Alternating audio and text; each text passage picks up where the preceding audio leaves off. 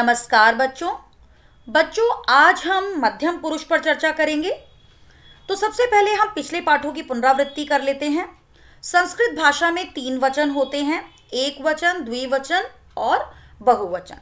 एक व्यक्ति या एक वस्तु का बोध कराने वाले एक वचन, 2 व्यक्तियों या 2 वस्तुओं का बोध कराने वाले द्विवचन और 3 या 3 से अधिक व्यक्तियों या वस्तुओं का बोध कराने वाले बहुवचन। संस्कृत भाषा में 3 लिंग होते हैं, पुल्लिंग, स्त्रीलिंग और नपुंसकलिंग। पुरुष जाति का बोध कराने वाले शब्द पुल्लिंग के अंतर्गत आते हैं, स्त्री जाति का बोध कराने वाले शब्द स्त्रीलिंग के अंतर्गत आते हैं और जो शब्द ना पुल्लिंग होते हैं और ना स्त्रीलिंग होते हैं वे नपुंसकलिंग के अंतर्गत आते हैं। संस्कृत भाषा में 3 पुरुष होते हैं, प्रथम पुरुष, मध्यम पुरुष और उत्तम पुरुष। प्रथम पुरुष पर चर्चा हम पिछले अध्याय में कर चुके हैं और प्रथम पुरुष कौन होता है? वक्ता और श्रोता को छोड़कर अन्य जितने भी कर्ता होते हैं वे प्रथम पुरुष कहलाते हैं, जिसे हम अन्य पुरुष भी कहते हैं। उत्तम पुरुष बोलने वाला या वक्ता उत्तम पुरुष होता है और सुनने वाला या श्रोता मध्यम पुरुष होता है। तो इस पाठ में हम विस्तार पूर्वक मध्यम पुरुष पर चर्चा करेंगे। मध्यम पुरुष किसे कहते हैं? मध्यम पुरुष के कर्ता हमेशा श्रोता अर्थात सुनने वाले होते हैं, यानी सुनने वाले व्यक्ति को हम मध्यम पुरुष कहते हैं। जैसे आप देखेंगे कि मैं अभी बोल रही हूं और आप सब मुझे सुन रहे हैं, तो यानी आप सुनने वाले क्या हैं? श्रोता। तो आप सभी क्या हुए? मध्यम पुरुष। और ये तीनों वचनों में होते हैं। जिस प्रकार हमने प्रथम पुरुष में पढ़ा था कि प्रथम पुरुष एक वचन, द्विवचन, बहुवचन तीनों में होता है, उसी प्रकार मध्यम पुरुष भी एक वचन, द्विवचन और बहुवचन तीनों में ही होता है। मध्यम पुरुष के कर्ता पुल्लिंग तथा स्त्रीलिंग में समान होते हैं। मध्यम पुरुष में जो कर्ता है वो पुल्लिंग और स्त्रीलिंग दोनों में समान होता है। जैसे मध्यम पुरुष का जो कर्ता है वो क्या होता है? त्वम, युवाम, यूयम। त्वम यानी तुम, युवाम यानी तुम दोनों और यूयम यानी तुम सब। अब तुम चाहे लड़के हो चाहे लड़की हो, उसके लिए त्वम का ही प्रयोग होगा। तो इसलिए मध्यम पुरुष का जो कर्ता है वो पुल्लिंग और स्त्रीलिंग दोनों में समान होता है। मध्यम पुरुष के कर्ता नपुंसक लिंग में नहीं होते, क्योंकि मध्यम पुरुष केवल पुल्लिंग और स्त्रीलिंग में होता है, नपुंसक लिंग में नहीं होता। वचन के अनुसार मध्यम पुरुष के कर्ता के साथ मध्यम पुरुष की ही क्रिया का प्रयोग होता है। यानी अगर हमारा जो कर्ता मध्यम पुरुष एक वचन का है तो हम क्रिया भी मध्यम पुरुष एक वचन की प्रयोग करेंगे। अगर हमारा कर्ता मध्यम पुरुष द्विवचन का है तो हम क्रिया भी मध्यम पुरुष द्विवचन की करेंगे और अगर हमारा कर्ता मध्यम पुरुष बहुवचन का है तो हम क्रिया भी मध्यम पुरुष बहुवचन की ही प्रयोग करेंगे। जैसे यहां पर हम एक तालिका के माध्यम से समझ लेते हैं। हम लट लकार की धातुओं को लेंगे। लट लकार यानी वर्तमान काल। तो वर्तमान काल की धातुओं से हम ये पता लगा लेते हैं कि हमें कैसे कर्ता और क्रिया का प्रयोग करना है। तो सबसे पहले आपको जैसे कि धातु रूप सिखाते वक्त मैंने सिखाया था कि हम प्रत्यय का प्रयोग करते हैं और धातु रूप बनाते हैं। तो लट लकार के प्रत्यय में हमने क्या पढ़ा था? अति, अतः, अंति, असि, अथः, अथ, आमी, आवह, आमह। और मध्यम पुरुष में हमारा प्रत्यय क्या था?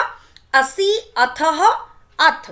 यानी धातु में अगर हम असि, अथः, अथ जोड़ दें तो हमारा धातु रूप बन जाता है। जैसे पठ प्लस असि क्या बन गया? पठसी। पठ प्लस अथ क्या बन गया? पठथः। और पठ प्लस अथ क्या बन गया? पठत। यानी एक वचन का अगर हमें वाक्य बनाना हो तो हमें क्या लेना पड़ेगा? पठसी। द्विवचन के लिए पठथः और बहुवचन के लिए पठत। तो इस प्रकार हम किसी भी धातु को ले सकते हैं। अगर हम नम लेंगे तो नमसी, नमथः, नमत। अगर हम हंस लेंगे तो हंससी, हंसथः, हंसत। बस हमें वाक्य बनाते वक्त ये ध्यान रखना है कि हमें क्रिया भी मध्यम पुरुष की ही लेनी है। जैसे हमारा मध्यम पुरुष का कर्ता क्या है? त्वम, युवाम, यूयम। तुम, तुम दोनों, तुम सब। चाहे पुल्लिंग हो या स्त्रीलिंग हो, दोनों के लिए ही त्वम, युवाम और यूयम का ही प्रयोग होगा। अगर हम अस धातु लेते हैं, अस का मतलब क्या होता है? होना या है। तो यहां पर मध्यम पुरुष में क्या आएगा, असि स्थः स्थ। तो अगर हम वाक्य बनाते हैं, हम छोटे छोटे वाक्य बनाते हैं, अगर मैं एक छोटा सा वाक्य बनाती हूं, त्वम असि तुम हो, युवाम स्थः तुम दोनों हो, यूयम स्थ तुम सब हो। और अगर मैं अस धातु ना लेकर पठ धातु लेती हूं तो क्या बनेगा मेरा वाक्य, त्वम पठसी तुम पढ़ते हो, युवाम पठथः तुम दोनों पढ़ते हो, यूयम पठत तुम सब पढ़ते हो। इसी प्रकार हम किसी भी धातु को लेकर वाक्य बना सकते हैं। अगर मैं नम लेती हूं तो त्वम नमसि तुम नमस्कार करते हो, युवाम नमथः तुम दोनों नमस्कार करते हो, यूयम नमत तुम सब नमस्कार करते हो। तो इस प्रकार हम छोटे छोटे वाक्यों का निर्माण कर सकते हैं। और बच्चों बस आपको मुख्य रूप से यह ध्यान रखना है कि मध्यम पुरुष के कर्ता के साथ हमें मध्यम पुरुष की क्रिया का ही प्रयोग करना है। जैसे यहां पर हम कुछ वाक्यों के माध्यम से समझ लेते हैं। त्वम बालकः असि, त्वम यानी तुम बालक हो। और द्विवचन में क्या हो जाएगा, युवाम बालकौ स्थः तुम दोनों बालक हो। और बहुवचन में क्या हो जाएगा, यूयम बालकाः स्तः तुम सब बालक हो। इसी प्रकार हम स्त्रीलिंग को भी देख लेते हैं। आप देखेंगे स्त्रीलिंग में भी त्वम युवाम और यूयम ही आएगा, केवल हमारा कर्ता चेंज हो जाएगा। त्वम बालिका असि तुम बालिका हो, ये एक वचन के लिए है। द्विवचन में क्या हो जाएगा, युवाम बालिके स्तः तुम दो बालिकाएं हो, यूयम बालिकाः स्तः तुम सब बालिकाएं हो। अब हम कुछ वाक्यों के माध्यम से मध्यम पुरुष पुल्लिंग को समझ लेते हैं। यहां पर चित्र के अनुसार वाक्य दिए गए हैं। अब हम इनका हिंदी अनुवाद करते हैं। त्वम मयूरः असि तुम मोर हो, त्वम नृत्यसि तुम नाचते हो, युवाम मयूरौ स्तः तुम दो मोर हो, युवाम नृत्यथः तुम दो नाचते हो, यूयम मयूरास्थ तुम सब मोर हो, यूयम नृत्यत तुम सब नाचते हो। अब आप देखेंगे कि एक वचन में त्वम था, द्विवचन में युवाम और बहुवचन में यूयम। उसी प्रकार जो मयूर शब्द है, तो मयूर एक वचन में क्या होता है, मयूरः, द्विवचन में क्या बन जाता है, मयूरौ, और बहुवचन में क्या बन जाता है, मयूराः। उसी प्रकार अस धातु का मध्यम पुरुष में क्या था, असि स्थः स्थ। तो आप देखेंगे कि जो हमारा कर्ता है वही क्रिया है।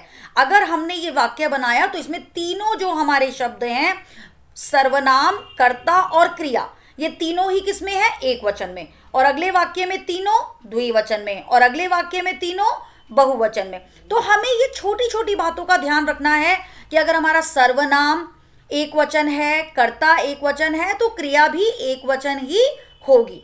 त्वम नृत्यसि तुम नाचते हो, युवाम नृत्यतः तुम दोनों नाचते हो, यूयम नृत्यत तुम सब नाचते हो। अगले चित्र को देखिए, यहां पर हाथी है। त्वम गजः असि, गज का अर्थ क्या होता है, हाथी। त्वम गजः असि तुम हाथी हो, त्वम चलसि तुम चलते हो या तुम चल रहे हो, युवाम गजौस्थ तुम दो हाथी हो, युवाम चलत तुम दोनों चल रहे हो, यूयम गजाहास्थ तुम सब हाथी हो, यूयम चलत तुम सब चल रहे हो या तुम सब चलते हो। अगला है त्वम कपोतः असि तुम कबूतर हो, त्वम खादसि तुम खाते हो, युवाम कपोतौ स्थः तुम दोनों कबूतर हो, युवाम खादथः तुम दोनों खाते हो, यूयम कपोतः स्तः तुम सब कबूतर हो, यूयम खादत तुम सब खाते हो।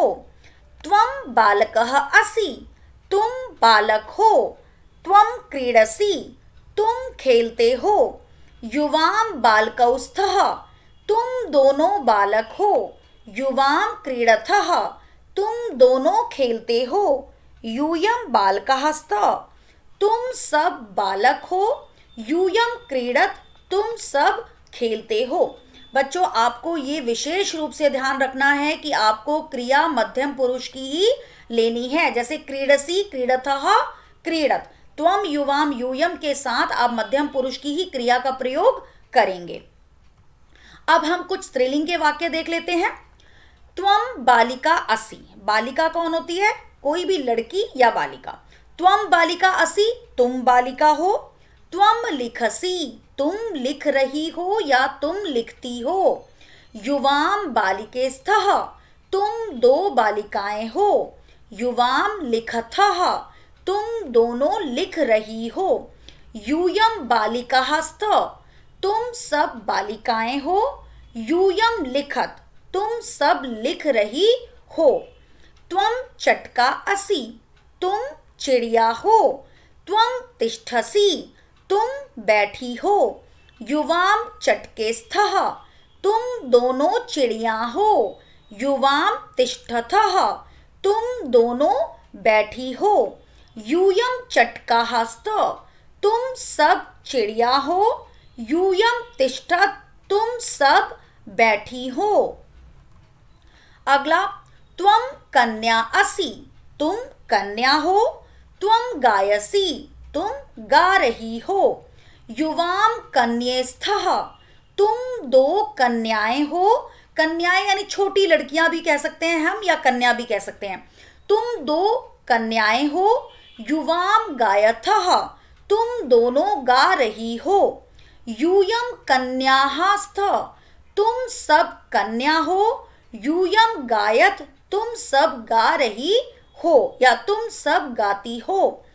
त्वम ललना असि, तुम औरत हो। त्वम पचसी, पचसी का मतलब क्या है? पकाना। तुम पका रही हो, यानी क्या पका रही हैं वो? भोजन पका रही हैं। तो यहां पर क्या हो जाएगा? त्वम पचसी, तुम पका रही हो। युवाम ललनेस्थः, तुम दो औरतें हो। युवाम पचतः, तुम दोनों पका रही हो। यूयम ललनाहास्त, तुम सब औरतें हो। यूयम पचत, तुम सब पका रही हो। त्वम कलिका असि, तुम कली हो। त्वम विकससि, तुम खिलती हो। युवाम कलिकेस्थः, तुम दो कलियां हो। युवाम विकसतः, तुम दो खिलती हो। यूयम कलिकाहास्त, तुम सब कलियां हो। यूयम विकसत, तुम सब खिलती हो। अब यहाँ पर मध्यम पुरुष की वाक्य रचना के कुछ उदाहरण दिए गए हैं। ये छोटे छोटे वाक्य हैं। इसी प्रकार आप भी छोटे छोटे वाक्यों का निर्माण कर सकते हैं। जैसे यहाँ पर पुल्लिंग के वाक्य हैं, एक वचन, द्विवचन और बहुवचन के 3-3 वाक्य दिए गए हैं। त्वम छात्रः असि, तुम छात्र हो। त्वम पठसि, तुम पढ़ते हो। त्वम गायसी, तुम गाते हो। अब द्विवचन के वाक्य हैं। युवाम छात्रौस्थः, तुम दो छात्र हो। युवाम गच्छतः, तुम दो जाते हो। युवाम तरथः, तुम दो तैरते हो। अगले 3 वाक्य बहुवचन के हैं। यूयम छात्रः स्था, तुम सब छात्र हो। यूयम क्रीडत, तुम सब खेलते हो। यूयम धावत, तुम सब दौड़ते हो। अब यहां पर आप देखेंगे कि सब में क्या आ रहा है? असि, पठसी, गायसी, थह, थह, और उसके बाद क्या है? ये स्थ और क्रीडथ, धावत। तो आपको ये ध्यान रखना है कि मध्यम पुरुष की ही क्रिया का प्रयोग करना है। स्त्रीलिंग में एक वचन के 3 वाक्य दिए गए हैं। त्वम छात्रा असि, तुम छात्रा हो। त्वम लिखसी, तुम लिखती हो या तुम लिख रही हो। त्वम नृत्यसी, तुम नाच रही हो। अब द्विवचन के वाक्य हैं। युवाम छात्रेस्थः, तुम दो छात्राएं हो। युवाम गच्छतः, तुम दोनों जा रही हो। युवाम तरथः, तुम दोनों तैर रही हो। यूयम छात्राः स्तः, तुम सब छात्राएं हो। यूयम क्रीडत, तुम सब खेल रही हो। यूयम धावत, तुम सब दौड़ रही हो। बच्चों अगर यहाँ पर ना बताया जाए कि ये स्त्रीलिंग के लिए है तो यूयम क्रीडत और यूयम क्रीडत आप दोनों में ही पता नहीं कर पाएंगे कि ये पुल्लिंग के लिए ये है या स्त्रीलिंग के लिए है। अब यहाँ पर यूयम छात्राः था से हमें ये, क्योंकि हमें यहाँ पर हेडिंग में दिया गया है कि ये पुल्लिंग है, तो हमने ये गेस कर लिया कि ये वाक्य जो है ये पुल्लिंग के हैं। और यहाँ पर हेडिंग में अगर स्त्रीलिंग दिया गया है तो हमने इससे ये अनुमान लगा लिया कि ये स्त्रीलिंग के वाक्य हैं। लेकिन अगर पेपर में सिर्फ यूयम क्रीडत आ जाए तो आप दोनों ही उत्तर लिख सकते हैं कि तुम सब खेल रहे हो या तुम सब खेल रही हो, और दोनों ही सही होंगे। लेकिन अगर वहाँ पर कुछ भी स्त्रीलिंग से संबंधित अगर हमें कर्ता दे दिया जाता है तो हमें उसके अनुसार ही उसका अनुवाद करना होता है।